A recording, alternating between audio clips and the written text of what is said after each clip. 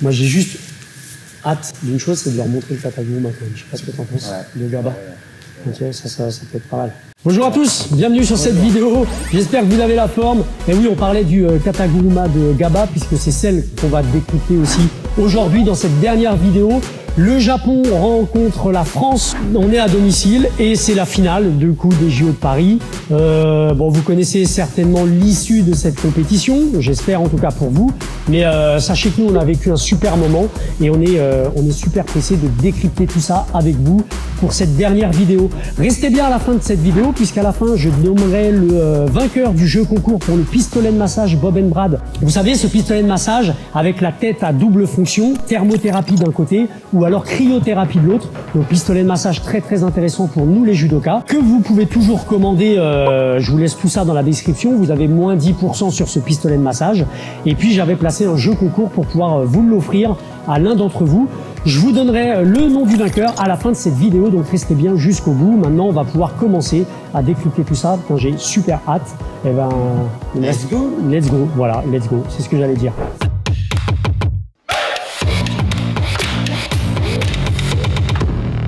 Allez, on est parti donc avec Maxime Gaël face à Murao. On va voir ce que ça va donner. Alors, je crois que c'est... c'est un golden score. Ouais, on est au golden score. C'est un mauvais point déjà pour Maxime Gaël, hein, je crois, sur ce premier. C'est donc le Japon qui va gagner. Ça, on le sait déjà. Et derrière... Ah ouais, voilà, bam. OK. Ouais. Un début de Uchimata fini en rouge. Ouais, c'est ça. Il est derrière, il accroche devant. Ouais, il veut tenter le Uchimata. Alors là, il est à gauche. Nous, on va pas le faire à gauche pour des raisons esthétiques. On va le faire à droite. Ouchigari Kenken. Ouais. Ouchigari Kenken. Allez, c'est parti. Alors, comme d'habitude, on va commencer par la prise de Kumikata, la prise de garde. Donc, ce qui se passe, c'est que lui, ouais, effectivement, il me semble qu'il est en manche-manche au départ. Voilà, on est un peu sur une bataille de garde, hein, comme d'habitude. Et l'erreur, elle vient de Maxime Gaël. Donc, on imagine que là, Hervé, c'est Maxime Gaël et moi, je suis Murao en face. Donc, Maxime Gaël va chercher à monter sa main et aller attraper le dos, ok? Donc du coup, Murao, il va pas rester ici parce que là, on sent que Hervé rentre un petit peu dans mon périmètre. Donc ce que je vais faire, moi, pour le bloquer, je vais simplement venir saisir une garde en unilatéral, ok? Du même côté, c'est la garde du même côté. Maxime Gaël va vouloir engager un premier mouvement. Et on le voit bien sur la vidéo, clairement. Murao, il ne le laisse pas faire. Et pour éviter cette espèce d'Uchimata ou Ouchigari de la part de Maxime, lui, il va simplement monter le genou ici. Il va venir le bloquer, hop, monter le genou là. Okay, et tout de suite, il va repasser devant, à l'intérieur. Alors, ok, on est assez loin en termes de distance. Et c'est pour ça que le Ouchigari, Uchimata ou Ouchigari qu'il va engager, il va le faire en Kenken, avec des petits soubresauts pour pouvoir l'avoir sur le déséquilibre. Et une fois qu'il a repassé devant ici, il va pouvoir aller chercher en premier lieu le Uchimata, mais vu qu'il est un peu loin, il l'enroule, et il part en espèce d'Ouchigari Makikomi. Je dis bien des espèces de mouvements parce qu'en fait, c'est pas forcément des techniques fondamentales. Ok, là on n'est plus sur des dérivés de compétition. On part dans un premier lieu sur un espèce d'Uchimata, encore une fois, d'assez loin, un Uchimata de jambes. Il voit que ça marche pas, donc on va venir accrocher et ramener en levant la jambe sur le Ouchigari Makikomi. Donc on repart d'ici, hein, on est d'accord. Lui il veut monter sa main dans le dos. Pour le bloquer, je vais venir chercher ma garde unilatérale. Dans cette garde-là, il va falloir attaquer quand même relativement vite. Je peux pas faire tout le combat en garde unilatérale, sinon je vais me prendre des pénalités. Donc lui, quand il veut engager son premier mouvement, je vais venir le bloquer. Ensuite, je vais passer la hanche, passer à l'intérieur pour aller engager le Ouchigari de loin. Et là, je vais lui mettre la pression en diagonale, diagonale. Pour le Kenken, ce qui va faire l'efficacité de ce mouvement, c'est de rapprocher votre pied d'appui du sien. Donc que ce soit en Uchimata Kenken, là, quand je vais vouloir le balancer, je me rapproche en sautillant de son pied d'appui à lui. Ça, c'est un Uchimata Kenken qui va fonctionner. Et sur le Ouchigari, c'est la même consigne, c'est la même règle. Mon pied d'appui en sautillant va se rapprocher du sien. En se rapprochant, lui, ça va lui créer une forme de déséquilibre sur l'arrière, plus avec le mouvement des bras, c'est-à-dire un petit coup de piston avec mon bras qui est là, et je ramène la manche. Et là, on sera sur un Ouchigari en Kenken. Ça prend le dos, je suis en blocage. Donc encore une fois, moi je le place à droite parce que c'est, pardon, c'est celui-là, parce que c'est ma forme de corps. Mais lui, on est d'accord que il est à gauche hein, sur ce mouvement. Donc il est là, il repasse devant et il travaille à gauche, ok? Moi je vous le montre à droite, mais pour les gauchers qui me regardent, vous pouvez tout à fait le faire à gauche avec la même forme de corps. Et c'est des situations qu'on retrouve souvent en randonnée finalement quand on est ici. Lui il veut monter sa main. Je peux récupérer ça, ça c'est très puissant hein, quand je suis là. Je mets de la distance, ok? J'accroche et j'envoie.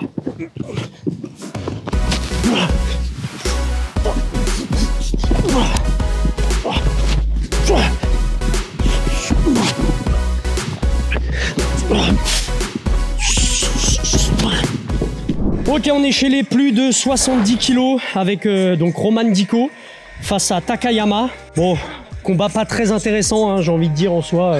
Il n'y a pas eu vraiment de combat. On sent que Diko est quand même beaucoup plus puissante à la garde. Et du coup, Takayama, elle se prend 2 Shido. Et malgré les 2 Shido, elle arrive quand même à l'avoir avec un Ouchigari. Ouais, regarde. Boum. C'est la technique du dernier effort, quoi. Et elle marque un 2e point pour le Japon grâce à cette Ouchigari en se pendant à elle. Ok. Allez, bah on va essayer de le travailler comme ça. C'est parti. Ok, donc petit décryptage sur ce mouvement. Ce qui se passe, c'est que donc, comme on l'a dit, Roman est super puissante à la garde.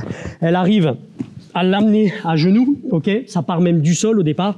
Elle, pour éviter ça, donc elle vient de ceinturer. Donc attention. Interdiction de mettre les mains au pantalon, je le rappelle, sinon on prend des Shido. Mais elle vient ceinturer Roman ici, au niveau justement de la ceinture. Et au moment où elle se relève, elle se sert de ça pour rentrer sur le Ouchigari et l'amener sur le dos. Donc un Ouchigari comme on connaît, hein, c'est-à-dire que je vais faire avec mon pouce de pied un espèce de demi-cercle avec les orteils, comme si j'avais un compas. Moi je l'enseigne comme ça quand je me remonte. Ici je vais faire un demi-cercle avec un compas, ok. En gardant les orteils dans le sol, je vais essayer donc de mettre la pression avec mon épaule sur l'arrière pour faire tomber Hervé. Donc ça repart un petit peu du sol. Je suis ici. Au moment où je me redresse, j'emmène et là je mets la pression en le collant surtout. Ça c'est important. Comme tout ce qui est Ouchigari, Makikomi, les choses comme ça, il va falloir que je vienne coller, que je vienne donner un petit peu de puissance sur le haut du corps. Donc ici, petite simulation. Voilà, prise de garde dans le dos. Il me met la pression. Au moment où je remonte, Ouchigari.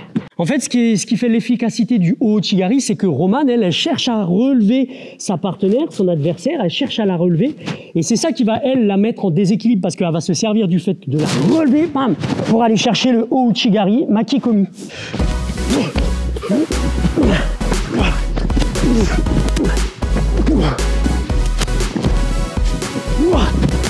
Bon, désolé, c'est surtout des techniques en fait des Japonais qu'on est en train de décrypter depuis le début. Mais tout ce début de compétition, bah, il est clairement en faveur des Japonais. Les Français ont un petit peu galéré, mais ça va vite changer. Hey. Allez, on passe donc au plus de 90 kilos avec Teddy Riner face à Saito. C'est le premier combat puisqu'ils vont se rencontrer après au tirage au sort. Ah mince, j'ai spoilé pour ceux qui n'ont pas vu.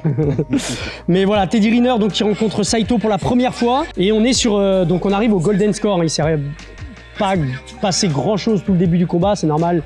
Les deux hommes se jaugeaient un petit peu. On a 2 Shido pour la part du japonais, 1 Shido chez le français. La France perd 2-0. Hein. Ok, le Japon mène largement sur les Français. Et on a notre Teddy Riner national qui va ramener, voilà, bim, 1 point pour la France avec cette Uchimata. Voilà, donc il ramène le premier point pour la France. Donc il ramène le premier point pour la France, exactement, bim. Ok. Uchimata. Parfait, allez on travaille. Au niveau de la garde, Teddy, il aime bien prendre la petite poche dans le dos, là.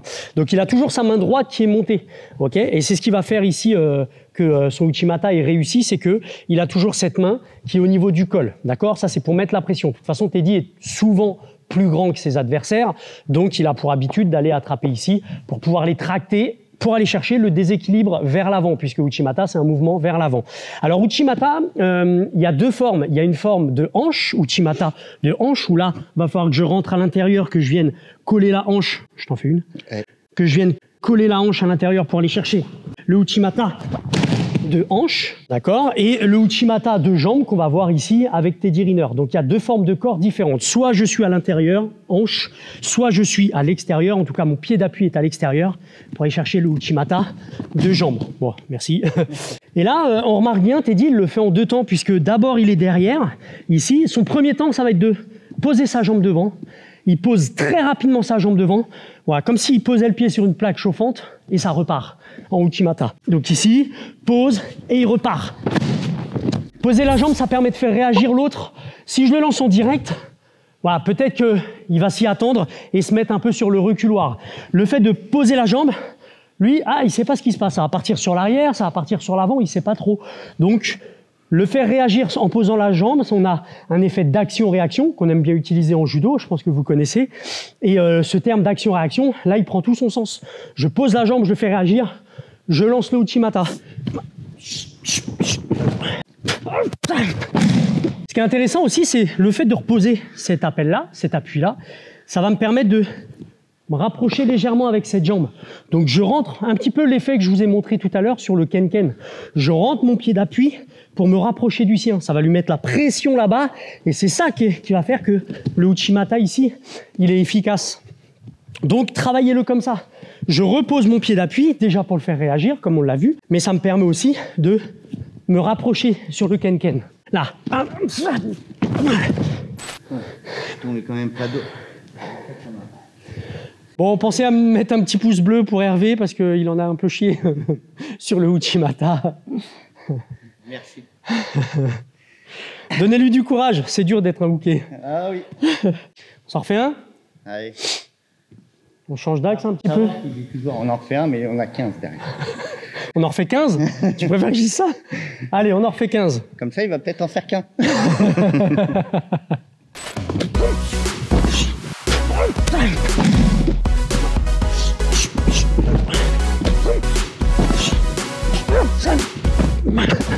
Je vous l'avais dit.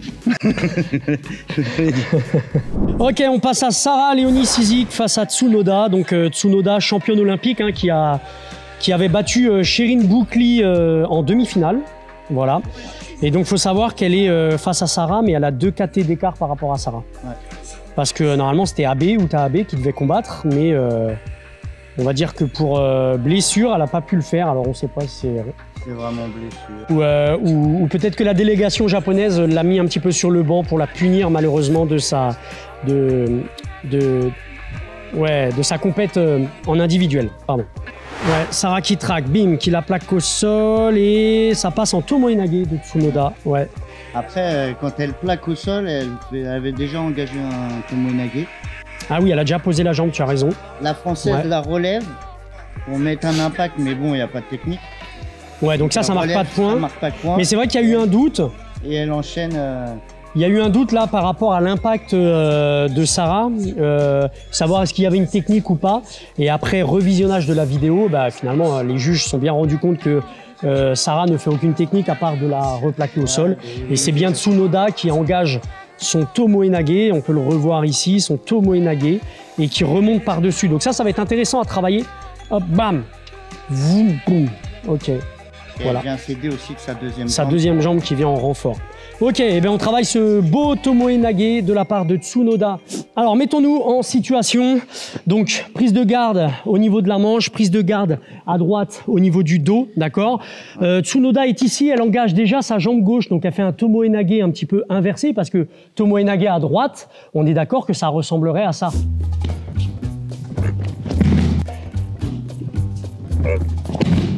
Donc on l'a vu, Tomoe Nage à droite, normalement j'utilise la jambe droite, sauf qu'elle, elle est un petit peu en inversé, avec une garde de droitière.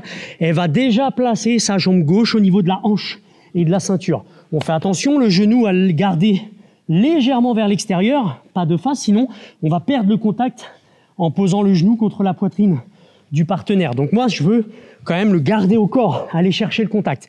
Donc je vais écarter un petit peu mon genou et je vais m'amener sur le dos, ok?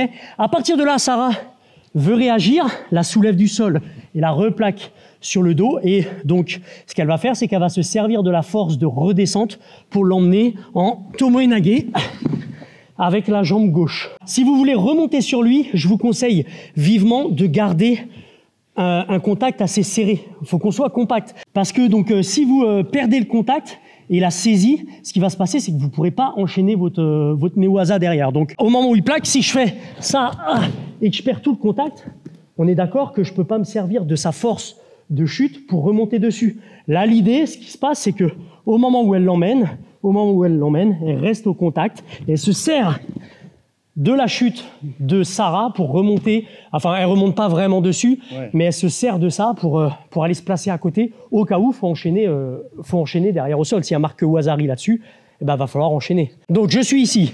On est en garde. Ok, je commence à engager mon Tomoe. Bam, ça marche pas, il est trop lourd. Elle, erreur. Elle me décolle, elle me soulève. Boum. Et je remonte. Ce que fait Natsumi Tsumoda, c'est que elle vient en renfort avec la deuxième jambe, avec la jambe droite. Et ça, c'est intéressant à le travailler aussi. En tout cas, moi, j'aime bien. Je suis ici, regardez, j'engage. On va essayer de le faire tranquille. Là, et il me soulève du sol, il me replaque. Et au moment où je l'emmène, hop, elle vient faire un espèce de relais avec sa jambe droite. Donc ça, c'est intéressant. C'est pas évident, ça demande une belle forme de corps et un petit peu de mobilité au sol. Bon, elle, Tsunoda, c'est aussi une spécialiste du Tomoe Nage. C'est comme ça qu'elle gagne d'ailleurs sur ses indives. Peut-être pas en finale, mais elle le met en demi-finale. Contre la française, elle le met.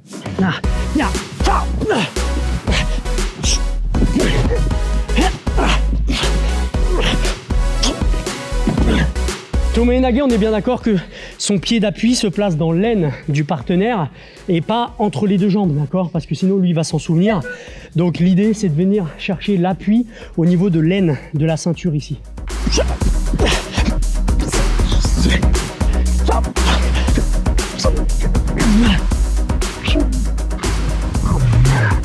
Et voilà, ce qui fait que le Japon ramène un 3e point pour eux. Donc, on est à 3-1. On est mal parti. On est mal parti. La France est dans la merde.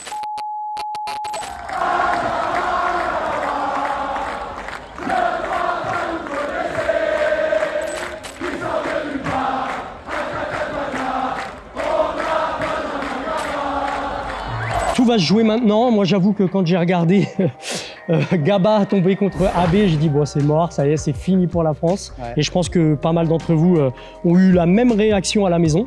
Vous connaissez, ils sortent de nulle part. Caca de bâtard. Donc on est d'accord que Abe, c'est pas non plus sa catégorie.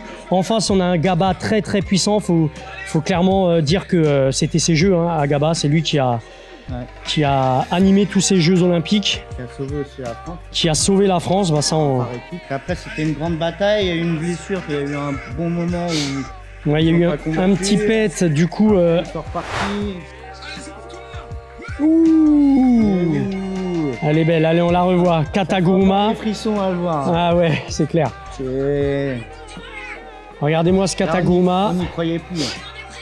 Alors on est d'accord, les puristes et les techniciens, ils diront que oui, c'est un joli Kataguruma, mais c'est que uniquement la puissance qui marque. Mais il faut savoir qu'à ce niveau-là, c'est aussi la puissance qui fait la différence.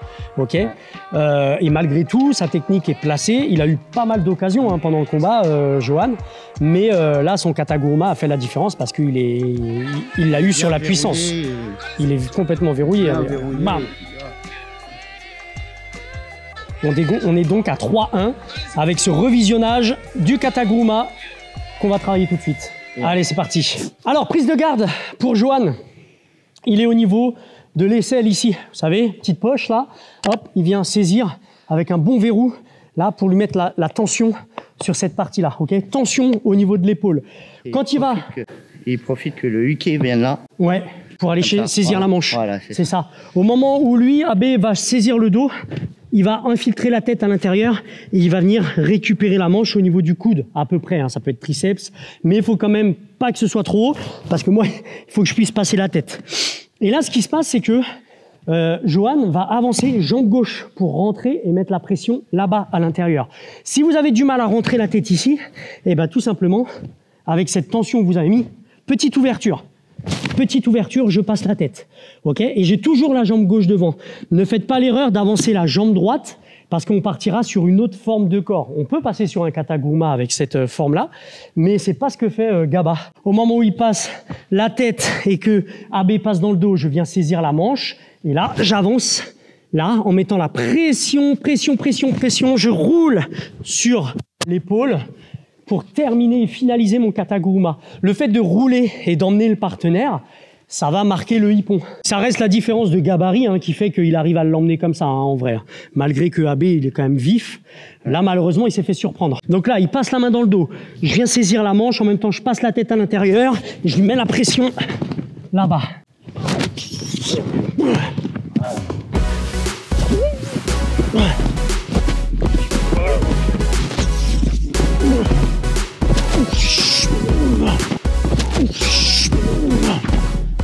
J'ai tout lâché, mais...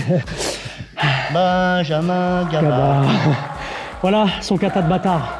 Enfin expliqué. À vous de jouer maintenant. Allez, on est remonté au score, on est à 3-2. Donc toujours pour le Japon.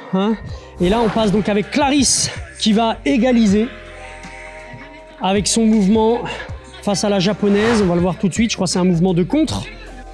Oui, en Soto Makikomi. Ouais, Soto Makikomi. Soto Makikomi. C'était serré cette compète. Hop, elle engage le haut Soto Otoshi et elle enroule le bras avec un Soto Makikomi à gauche. Allez, on y va.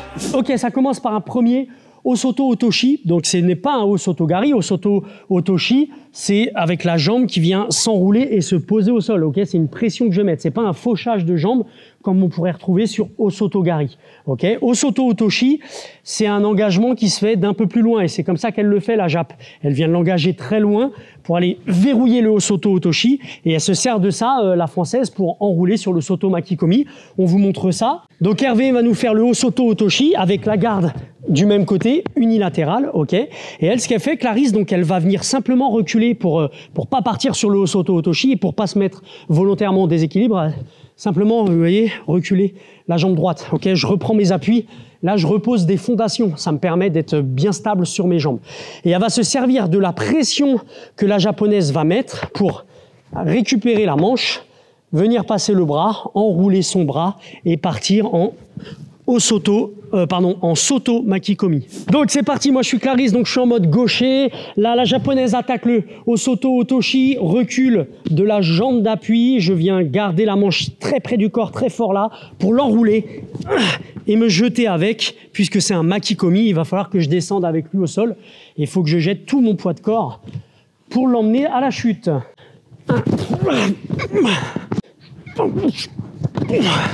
Alors Clarisse, elle est super puissante, donc elle peut se permettre d'aller chercher son Soto Makikomi en bout de manche ici. Mais voilà. Déjà, je suis emboîté.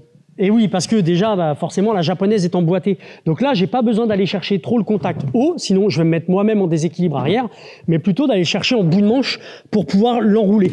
Moi, après, ce que je conseille, c'est sur le Soto Makikomi, essayez quand même de ne pas être trop en bout de manche parce que ça demande énormément d'efforts et si on n'est pas trop puissant, eh ben, ça va être compliqué d'emmener l'adversaire là-dessus. Plutôt que d'aller chercher le bout de manche, justement, on va essayer d'aller envelopper un petit peu plus haut, quasiment presque à son épaule. Alors encore une fois, c'est pas moi qui viens vers lui, sinon là je suis en déséquilibre arrière, mais c'est un travail des deux, c'est-à-dire que moi je vais tracter là pour l'emmener à moi et venir le coller un petit peu plus haut. Ok, encore une fois, c'est pas ce que fait Clarisse. Clarisse, elle est plutôt bout de manche. Mais voilà, comme ça, vous avez les deux aspects pour vous, si vous voulez le travailler, ce mouvement. Soit l'aspect technique, soit l'aspect puissance. Et encore une fois, ça va dépendre aussi de l'adversaire, comment il est engagé. Là, ça marche très bien en bout de manche parce que la japonaise est déjà enclenchée et déjà engagée.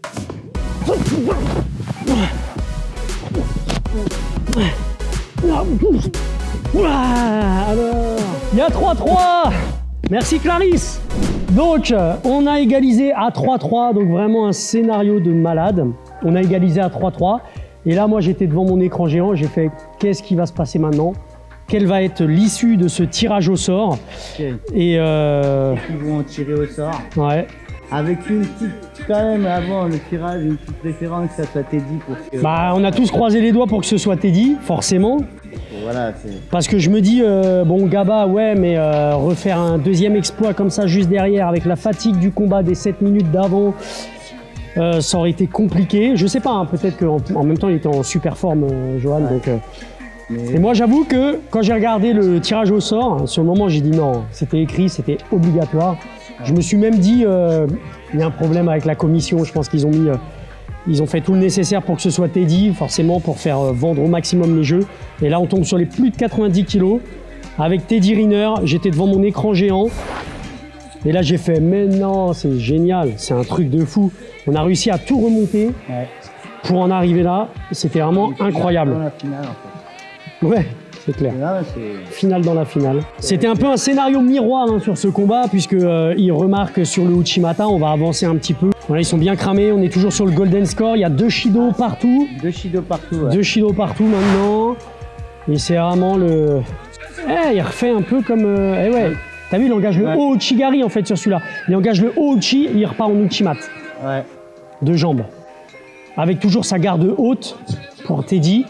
Haut Uchigari engagé qui finit en Uchimata et qui descend au sol. Et là, on est champion olympique. On l'a fait à Tokyo, on le fait en France. C'est quand même exceptionnel. Eh ben on y va pour cette dernière technique. Je vous rappelle de rester bien jusqu'au bout de cette vidéo. J'annoncerai le vainqueur du concours du pistolet de massage juste derrière Teddy Riner. Mais d'abord, on va déjà se faire ce petit Uchimata, ce grand Uchimata qui nous ramène la victoire sur les JO de Paris. Alors la garde de Teddy sur cet Uchimata, enfin sur ce début de haut Uchigari plus Uchimata, c'est que lui il aime bien prendre un petit peu une garde comme en JJB, c'est de venir chercher la petite poche au niveau de la manche, ici, et là, bien sûr, il est au niveau du dos. Pour Saito, en face, lui, bah voilà, il est en train de coiffer l'épaule de Teddy, voilà, ce qui fait qu'il va faire une attaque d'assez loin, Teddy, mais ça, il aime bien, il a des grandes jambes, il aime bien partir de loin, que ce soit sur le haut Uchi ou sur le Uchimata. Et dans un premier temps, il va amorcer son haut Uchigari pour faire réagir, et un petit peu comme cette première technique qu'on vous a montrée, ma jambe d'appui ici, en sautillant, je vais la ramener proche de la jambe d'appui d'Hervé, en sautillant et en repartant vers l'avant sur un Uchimata Ken-Ken. Donc ici, on reprend, je suis en prise de garde là, j'amorce d'abord le haut Uchigari assez loin et je pars ici.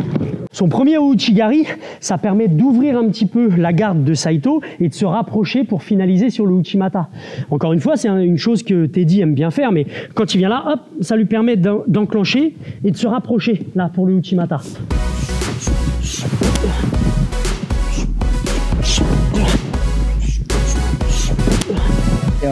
Une dernière? Sûr? Une dernière? C'est toi?